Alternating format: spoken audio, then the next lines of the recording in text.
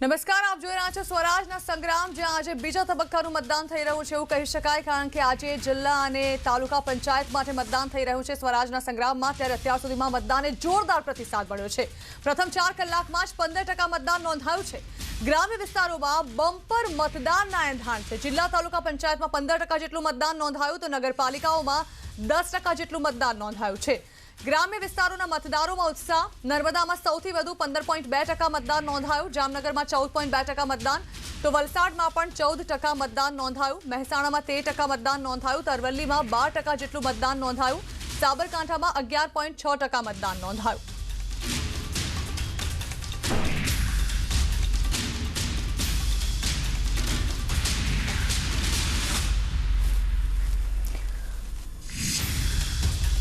कांग्रेस आंतरिक कलह पर बोल्या छे हार्दिक पटेल। तेओए कह्युं छे के घरनी वात घरमां बेसीने समाधान लावीशुं। मोटा परिवारमां नानी नानी समस्याओ होय।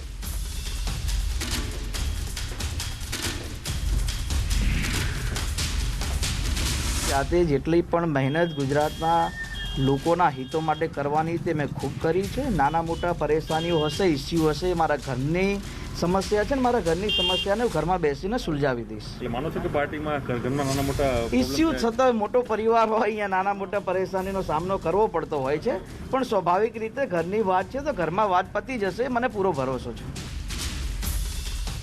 मेरे प्यारे देशवासियों, नमस्कार। कल माघ पूर्णिमा का पर्व था। माघ का महीना विशेष रूप से नदियों, सरोवरों और जल स्रोतों से जुड़ा हुआ माना जाता है। हमारे शास्त्रों में कहा गया है, माघे निमग्ना सलिले शुशीते विमुक्त पापा त्रिदिवम प्रयांति। अर्थात माघ महीने में किसी भी पवित्र जलाशय में स्नान को पवित्र माना जाता है। दुनिया के हर समाज में नदी के साथ जुड़ी हुई कोई न कोई परंपरा होती ही है। नदी तट पर अनेक सभ्यताएं भी विकसित हुई हैं। हमारी संस्कृति क्योंकि हजारों वर्ष पुरानी है, इसलिए इसका विस्तार हमारे यहाँ और ज्यादा मिलता है। भारत में कोई ऐसा दिन नहीं होगा जब देश के किसी न किसी कोने में पानी से जुड़ा कोई उत्सव न हो। माघ के दिनों में तो लोग अपना घर, परिवार, सुख सुविधा छोड़कर पूरे महीने नदियों के किनारे कल्पवास करने जाते हैं। इस बार हरिद्वार में कुंभ भी हो रहा है। जल हमारे लिए जीवन भी है, आस्था भी है और विकास की धारा भी है। पानी एक तरह से पारस से भी ज्यादा महत्वपूर्ण है। कहा जाता है, पारस के स्पर्श से लोहा सोने में परिवर्तित हो जाता है। वैसे ही पानी का स्पर्श जीवन के लिए जरूरी है, विकास के लिए जरूरी है। साथियों, माघ महीने को जल से जोड़ने का संभवतः एक और भी कारण है। इसके बाद से ही सर्दियां खत्म हो जाती हैं और गर्मियों की दस्तक होने लगती हैं। इसलिए पानी के संरक्षण के लिए हमें अभी से ही प्रयास शुरू कर देने चाहिए। कुछ दिनों बाद मार्च महीने में ही 22 तारीख को वर्ल्ड वाटर डे भी है। मुझे यूपी की आराध्या जी ने लिखा है कि दुनिया में करोड़ों लोग अपने जीवन का बहुत बड़ा हिस्सा पानी की कमी को पूरा करने में ही लगा देते हैं। बिन पानी सब सून, ऐसे ही नहीं कहा गया है। पानी के संकट को हल करने के लिए एक बहुत ही अच्छा मैसेज पश्चिम बंगाल के उत्तर दिनाजपुर से सुजीत जी ने मुझे भेजा है।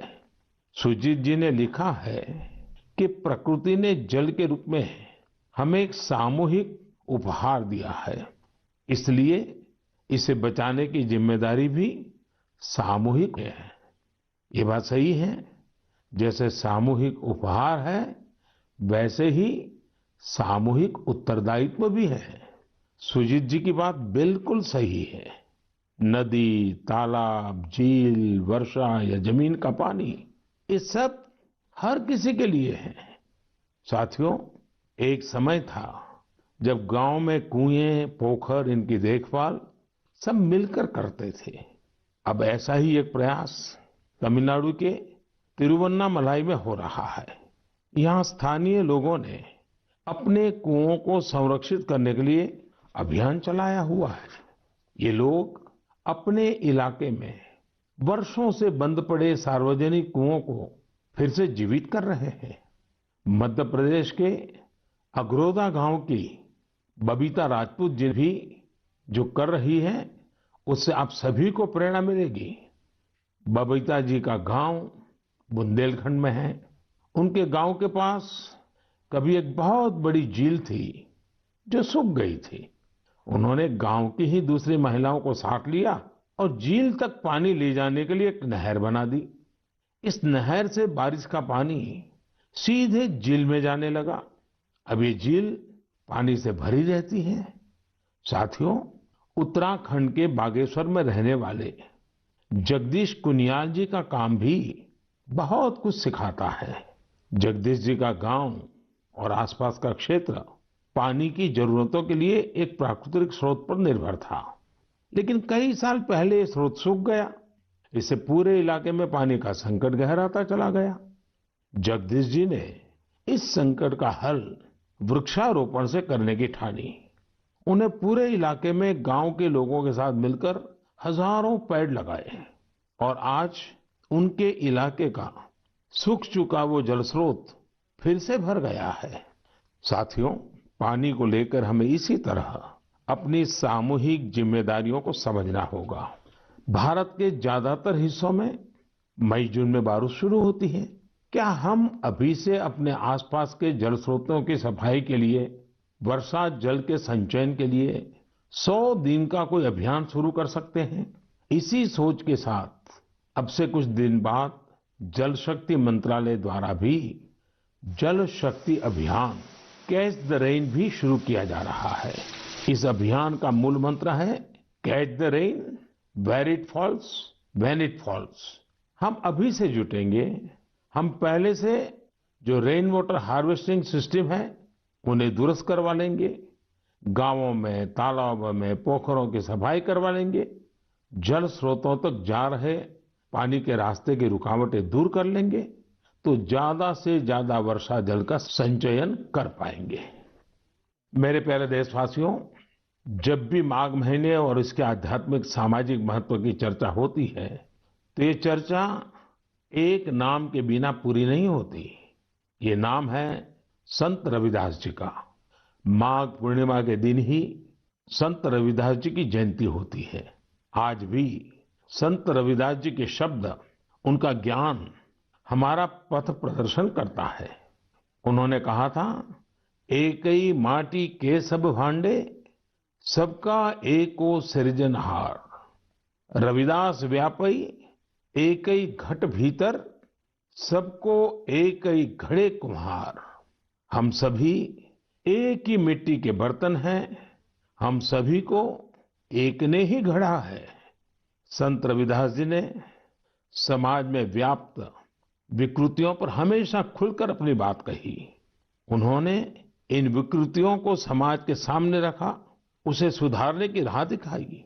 और तभी तो मीरा जी ने कहा था, गुरु मिलिया रैदास, दीनी ज्ञान की घुटकी। ये मेरा सौभाग्य है कि मैं संत रविदास जी की जन्मस्थली वाराणसी से जुड़ा हुआ हूँ। संत रविदास जी के जीवन की आध्यात्मिक ऊंचाई को और उनकी ऊर्जा को मैंने उस तीर्थ स्थल में अनुभव किया है। साथियों, रविदास जी कहते थे, करम बंधन में बंद रहियो, फल की नात जियो आस। कर्म मानुष का धर्म है, सत भाखे रविदास। अर्थात हमें निरंतर अपना कर्म करते रहना चाहिए, फिर फल तो मिलेगा ही मिलेगा। यानी कर्म से सिद्धि तो होती ही होती है। हमारे युवाओं को एक और बात संत रविदास जी से जरूर सीखनी चाहिए। युवाओं को कोई भी काम करने के लिए खुद को पुराने तौर तरीकों में बांधना नहीं चाहिए। आप अपने जीवन को खुद ही तय करिए, अपने तौर तरीके भी खुद बनाइए और अपने लक्ष्य भी खुद ही तय करिए। अगर आपका विवेक, आपका आत्मविश्वास मजबूत है तो आपको दुनिया में किसी भी चीज से डरने की जरूरत नहीं है। मैं ऐसा इसलिए कहता हूं क्योंकि कई बार हमारे युवा एक चली आ रही सोच के दबाव में वो काम नहीं कर पाते जो करना वाकई उन्हें पसंद होता है। इसलिए आपको कभी भी नया सोचने, नया करने में संकोच नहीं करना चाहिए। इसी तरह संत रविदास जी ने एक और महत्वपूर्ण संदेश दिया है। ये संदेश है अपने पैरों पर खड़ा होना। हम अपने सपनों के लिए किसी दूसरे पर निर्भर रहें, ये बिल्कुल ठीक नहीं है। जो जैसा है वैसा चलता रहे, रविदास जी कभी भी इसके पक्ष में नहीं थे। और आज हम देखते हैं कि देश का युवा भी इस सोच के पक्ष में बिल्कुल नहीं है। आज जब मैं देश के युवाओं में इनोवेटिव स्पिरिट देखता हूं तो मुझे लगता है कि हमारे युवाओं पर संत रविदास जी को जरूर गर्व होता। मेरे प्यारे देशवासियों, आज नेशनल साइंस डे भी है। आज का दिन भारत के महान वैज्ञानिक डॉक्टर सीवी रमन जी द्वारा की गई रमन इफेक्ट खोज को समर्पित है। केरल से योगेश्वरन जी ने नमो ऐप पर लिखा है कि रमन इफेक्ट की खोज ने पूरी विज्ञान की दिशा को बदल दिया था। इससे जुड़ा हुआ एक बहुत अच्छा संदेश मुझे नासिक के स्नेहिल जी ने भी भेजा है। स्नेहिल जी ने लिखा है कि हमारे देश के अनगिनत वैज्ञानिक हैं जिनके योगदान के बिना साइंस इतनी प्रगति नहीं कर सकती थी। हम जैसे दुनिया के दूसरे वैज्ञानिकों के बारे में जानते हैं, वैसे ही हमें भारत के वैज्ञानिकों के बारे में भी जानना चाहिए। मैं भी मन की बात के इन श्रोताओं की बात से सहमत हूं। मैं जरूर चाहूंगा कि हमारे युवा भारत के वैज्ञानिक इतिहास को, हमारे वैज्ञानिकों को जाने, समझे और खूब पढ़ें। साथियों, जब हम साइंस की बात करते हैं तो कई बार इसे लोग फिजिक्स, केमिस्ट्री या फिर लैब्स तक ही सीमित कर देते हैं, लेकिन साइंस का विस्तार तो इससे कहीं ज्यादा है। और आत्मनिर्भर भारत अभियान में साइंस की शक्ति का बहुत योगदान भी है। हमें साइंस को लैब टू लैंड के मंत्र के साथ आगे बढ़ाना होगा। उदाहरण के तौर पर हैदराबाद के चिंतला वेंकट रेड्डी जी हैं। रेड्डी जी के एक डॉक्टर मित्र ने उन्हें एक बार विटामिन डी की कमी से होने वाली बीमारियां और उसके खतरों के बारे में बताया। रेड्डी जी किसान हैं। उन्होंने सोचा कि वो इस समस्या के समाधान के लिए क्या कर सकते हैं।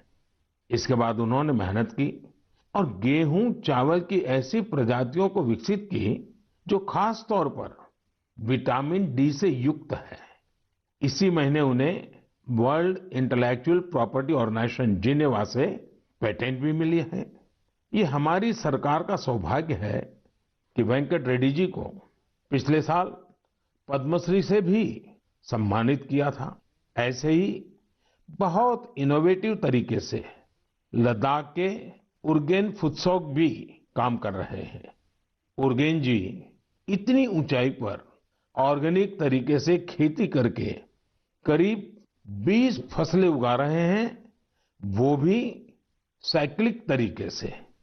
यानी वो एक फसल के वेस्ट को दूसरी फसल में खाद के तौर पर इस्तेमाल कर लेते हैं। है ना कमाल की बात। इसी तरह गुजरात के पाटन जिले में कामराज भाई चौधरी ने घर में ही सहजन के अच्छे बीज विकसित किए हैं। सहजन को कुछ लोग सरगवा बोलते हैं, इसे मोरिंगा या ड्रमस्टिक भी कहा जाता है। अच्छे बीजों की मदद से जो सहजन पैदा होता है उसकी क्वालिटी भी अच्छी होती है। अपनी उपज को वो अब तमिलनाडु और पश्चिम बंगाल भेजकर अपनी आय भी बढ़ा रहे हैं। साथियों, आजकल चिया सीड्स का नाम आप लोग बहुत सुनते होंगे। हेल्थ अवेयरनेस से जुड़े लोग इसे काफी महत्व देते हैं और दुनिया में इसकी बड़ी मांग भी है। भारत में इसे ज्यादातर बाहर से मंगाते हैं, लेकिन अब चिया सीड्स में आत्मनिर्भरता का बीड़ा भी लोग उठा रहे हैं। ऐसे ही यूपी के बाराबंकी में हरिश्चंद्र जी ने चिया सीड्स की खेती शुरू की है। चिया सीड्स की खेती उनकी आय भी बढ़ाएगी और आत्मनिर्भर भारत अभियान में मदद भी करेगी। साथियों, एग्रीकल्चर वेस्ट से वेल्थ क्रिएट करने के भी कई प्रयोग देश भर में सफलतापूर्वक चल रहे हैं। जैसे मदुरई के मुरुगेसन जी ने केले के वेस्ट से रस्सी बनाने की एक मशीन बनाई है। मुरुगेसन जी के इस इनोवेशन से पर्यावरण और गंदगी का भी समाधान होगा और किसानों के लिए अतिरिक्त आय का रास्ता भी बनेगा। साथियों, मन की बात के श्रोताओं को इतने सारे लोगों के बारे में बताने का मेरा मकसद यही है कि हम सभी इनसे प्रेरणा लें। जब देश का हर नागरिक अपने जीवन में विज्ञान का विस्तार करेगा, हर क्षेत्र में करेगा, तो प्रगति के रास्ते भी खुलेंगे और देश आत्मनिर्भर भी बनेगा। और मुझे विश्वास है ये देश का हर नागरिक कर सकता है। मेरे प्यारे साथियों, कोलकाता के रंजन जी ने अपने पत्र में बहुत ही दिलचस्प और बुनियादी सवाल पूछा है और साथ ही बेहतरीन तरीके से उसका जवाब भी देने की कोशिश की है। वे लिखते हैं कि जब हम आत्मनिर्भर होने की बात करते हैं तो इसका हमारे लिए क्या अर्थ होता है। इसी सवाल के जवाब में उन्होंने खुद ही आगे लिखा है कि आत्मनिर्भर भारत अभियान केवल एक गवर्नमेंट पॉलिसी नहीं है, बल्कि एक नेशनल स्पिरिट है। वो मानते हैं कि आत्मनिर्भर होने का अर्थ है कि अपनी किस्मत का फैसला खुद करना, यानी स्वयं अपने भाग्य का नियंता होना। रंजन बाबू की बात 100% सही है। उनकी बात को आगे बढ़ाते हुए मैं ये भी कहूंगा कि आत्मनिर्भरता की पहली शर्त होती है अपने देश की चीजों पर गर्व होना, अपने देश के लोगों द्वारा बनाई वस्तुओं पर गर्व होना। जब प्रत्येक देशवासी गर्व करता है, प्रत्येक देशवासी जुड़ता है, तो आत्मनिर्भर भारत सिर्फ एक आर्थिक अभियान न रहकर एक नेशनल स्पिरिट बन जाता है। जब आसमान में हम अपने देश में बने फाइटर प्लेन तेजस को कलाबाजियां खाते देखते हैं, जब भारत में बने टैंक, भारत में बनी मिसाइलें हमारा गौरव बढ़ाते हैं, जब समृद्ध देशों में हम मेट्रो ट्रेन के मेड इन इंडिया कोचेस देखते हैं, जब दर्जनों देशों तक made in India corona vaccine को पहुंचते ही देखते हैं, तो हमारा माथा और ऊंचा हो जाता है। और ऐसा ही नहीं है कि बड़ी बड़ी चीजें ही भारत को आत्मनिर्भर बनाएगी। भारत में बने कपड़े, भारत के टैलेंटेड कारीगरों द्वारा बनाया गया हैंडीक्राफ्ट का सामान, भारत के इलेक्ट्रॉनिक उपकरण, भारत के मोबाइल, हर क्षेत्र में हमें इस गौरव को बढ़ाना होगा। जब हम इसी सोच के साथ आगे बढ़ेंगे, तभी सही मायने में आत्मनिर्भर बन पाएंगे। और साथियों, मुझे खुशी है कि आत्मनिर्भर भारत का ये मंत्र देश के गांव-गांव में पहुंच रहा है। बिहार के बेतिया में यही हुआ है, जिसके बारे में मुझे मीडिया में पढ़ने को मिला। बेतिया के रहने वाले प्रमोद जी दिल्ली में एक टेक्नीशियन के रूप में एलईडी बल्ब बनाने वाली फैक्ट्री में काम करते थे। उन्होंने इस फैक्ट्री में कार्य करने के दौरान पूरी प्रक्रिया को बहुत बारीकी से समझा, लेकिन कोरोना के दौरान प्रमोद जी को अपने घर वापस लौटना पड़ा। आप जानते हैं लौटने के बाद प्रमोद जी ने क्या किया? उन्होंने खुद एलईडी बल्ब बनाने की एक छोटी सी यूनिट ही शुरू कर दी। उन्होंने अपने क्षेत्र के कुछ युवाओं को साथ लिया और कुछ ही महीनों में फैक्ट्री वर्कर से लेकर फैक्ट्री ओनर बनने तक का सफर पूरा कर दिया, वह भी अपने ही घर में रहते हुए। एक और उदाहरण है यूपी के गढ़मुक्तेश्वर का। गढ़मुक्तेश्वर से श्रीमान संतोष जी ने लिखा है कि कैसे कोरोना काल में उन्होंने आपदा को अवसर में बदला। संतोष जी के पुरखे शानदार कारीगर थे, चटाई बनाने का काम करते थे। कोरोना के समय जब बाकी काम रुके तो इन लोगों ने बड़ी ऊर्जा और उत्साह के साथ चटाई बनाना शुरू किया। जल्द ही उन्हें न केवल उत्तर प्रदेश बल्कि दूसरे राज्यों से भी चटाई के ऑर्डर मिलने शुरू हो गए। संतोष जी ने यह भी बताया है इससे इस क्षेत्र की सैकड़ों साल पुरानी खूबसूरत कला को भी एक नई ताकत मिली है।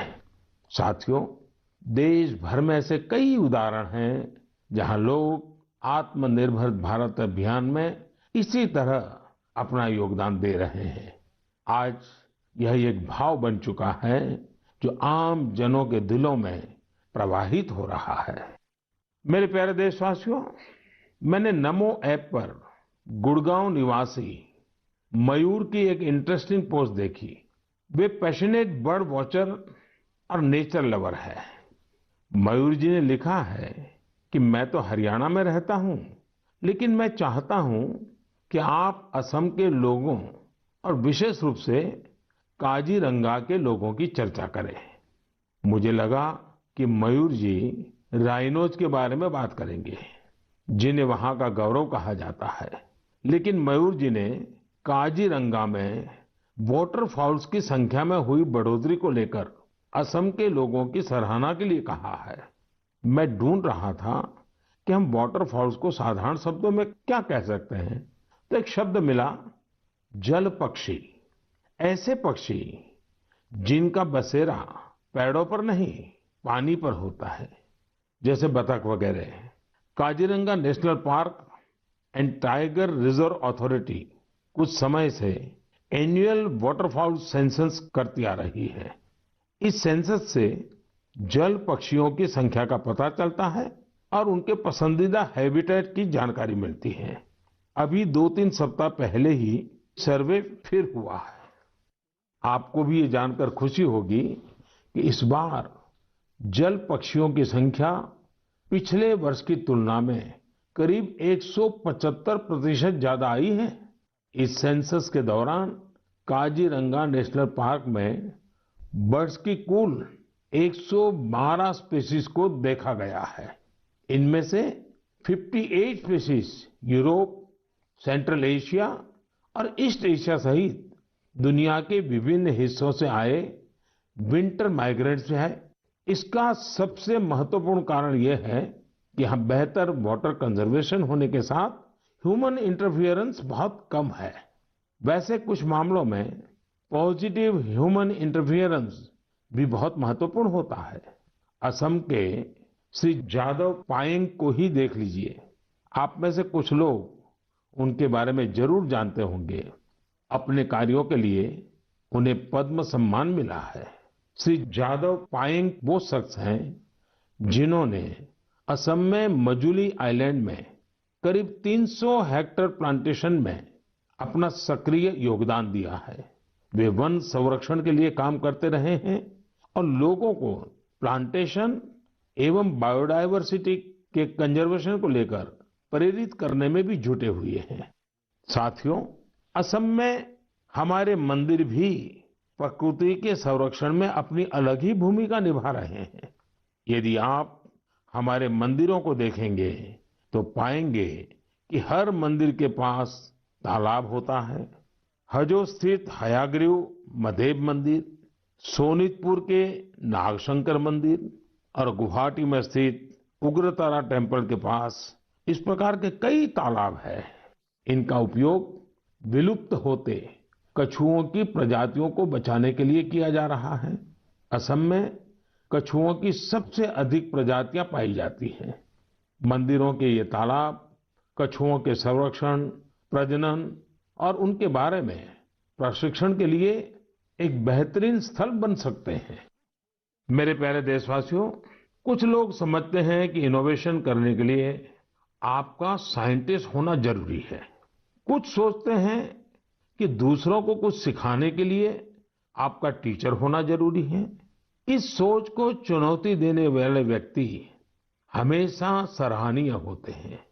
अब जैसे क्या कोई किसी को सोल्जर बनने के लिए प्रशिक्षित करता है, तो क्या उसको सैनिक होना जरूरी है? आप सोच रहे होंगे कि हाँ, जरूरी है। लेकिन यहाँ थोड़ा सा ट्विस्ट है। माईगॉव पर कमलकांत जी ने मीडिया की एक रिपोर्ट साझा की है जो कुछ अलग बात कहती है। ओडिशा में अराखुड़ा में एक सज्जन है नायक सर। वैसे तो इनका नाम सिलू नायक है, पर सब उन्हें नायक सर ही बुलाते हैं। दरअसल वे मैन ऑन अ मिशन है। वह उन युवाओं को मुफ्त में प्रशिक्षित करते हैं जो सेना में शामिल होना चाहते हैं। नायक सर के ऑर्गेनाइजेशन का नाम महागुरु बटालियन है। इसमें फिजिकल फिटनेस से लेकर इंटरव्यूज तक और राइटिंग से लेकर ट्रेनिंग तक इन सभी पहलुओं के बारे में बताया जाता है। आपको यह जानकर हैरानी होगी कि उन्होंने जिन लोगों को प्रशिक्षण दिया है, उन्होंने थल सेना, जल सेना, वायुसेना, सीआरपीएफ, बीएसएफ ऐसे यूनिफॉर्म फोर्सेस में अपनी जगह बनाई है।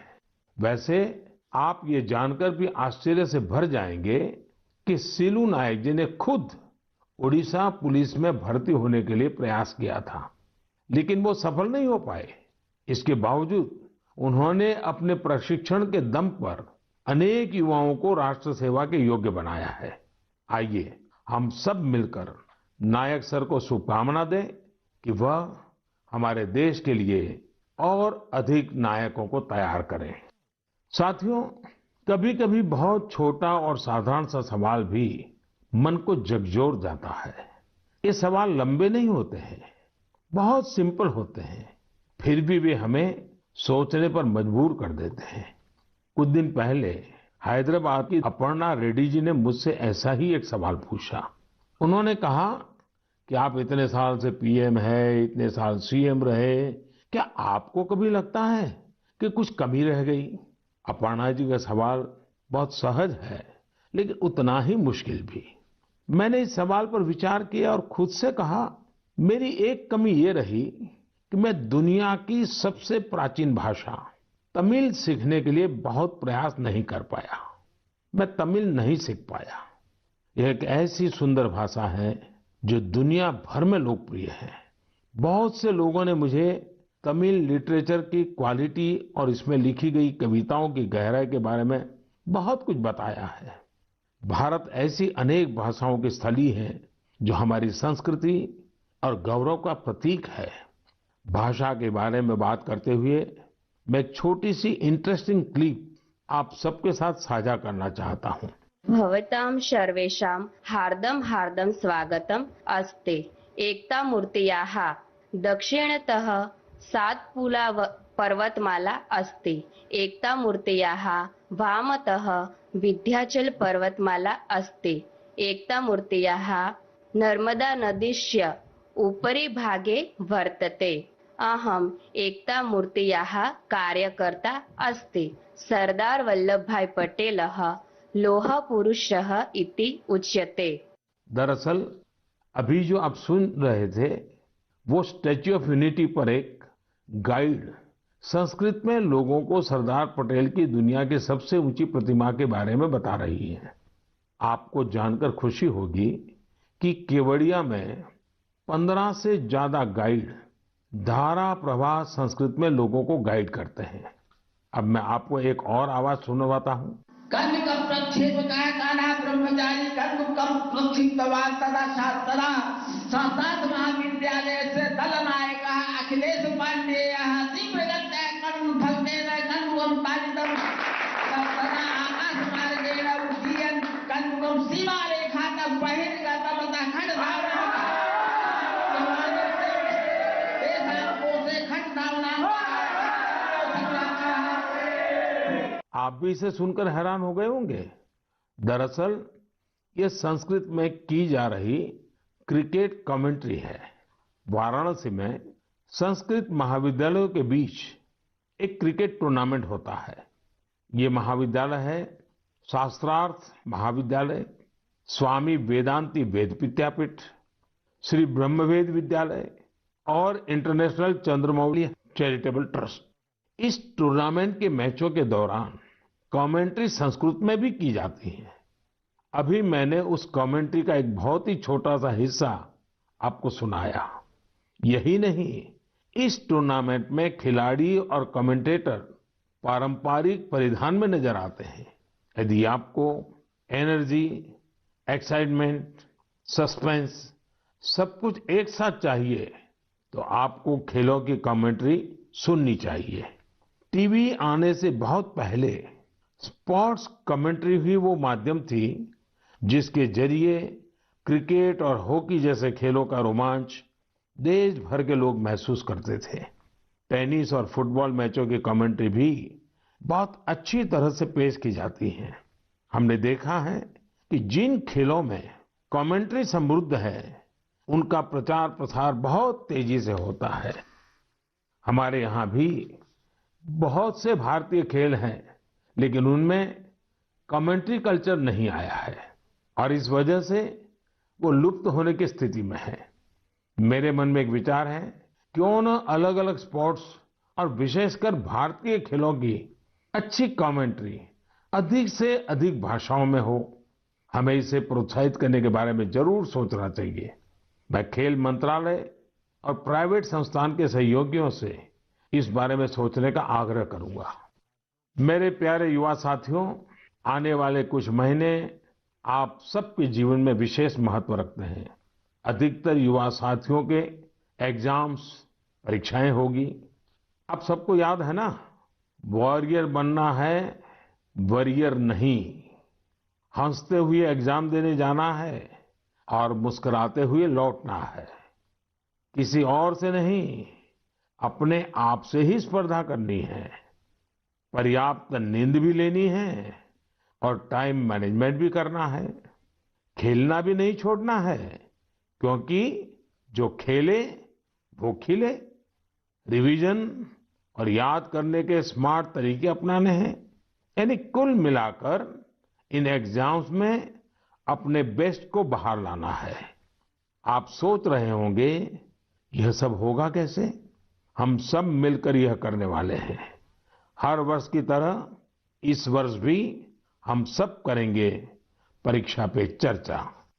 लेकिन मार्च में होने वाली परीक्षा पे चर्चा से पहले मेरी आप सभी एग्जाम वॉरियर से, पेरेंट्स से और टीचर से रिक्वेस्ट है कि अपने अनुभव, अपने टिप्स जरूर शेयर करें।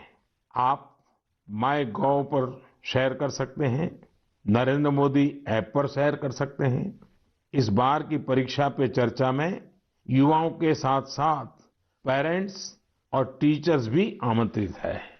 कैसे पार्टिसिपेट करना है, कैसे प्राइज जीतने हैं, कैसे मेरे साथ डिस्कशन का अवसर पाना है, ये सारी जानकारियां आपको MyGov पर मिलेगी। अब तक 1 लाख से अधिक विद्यार्थी, करीब 40,000 पेरेंट्स और तकरीबन 10,000 टीचर भाग ले चुके हैं। आप भी आज ही पार्टिसिपेट कीजिए। इस कोरोना के समय में मैंने कुछ समय निकालकर एग्जाम वॉरियर बुक में भी कई नए मंत्र जोड़ दिए हैं। अब इसमें पेरेंट्स के लिए भी कुछ मंत्र ऐड किए गए हैं। इन मंत्रों से जुड़ी ढेर सारी interesting activities Narendra Modi app पर दी हुई है, जो आपके अंदर के एग्जाम वॉरियर को इग्नाइट करने में मदद करेगी। आप इनको जरूर ट्राई करके देखिए। सभी युवा साथियों को आने वाली परीक्षाओं के लिए बहुत बहुत शुभकामनाएं। मेरे प्यारे देशवासियों, मार्च का महीना हमारे फाइनेंशियल ईयर का आखिरी महीना भी होता है। इसलिए आप में से बहुत से लोगों के लिए काफी व्यस्तता भी रहेगी।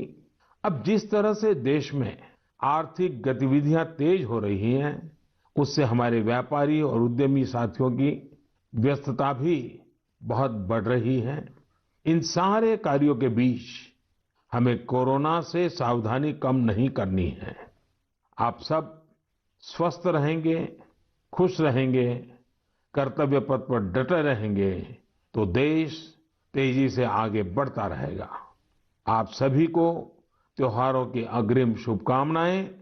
साथ साथ कोरोना के संबंध में जो भी नियमों का पालन करना है उसमें कोई ढिलाई नहीं आनी चाहिए। बहुत बहुत धन्यवाद।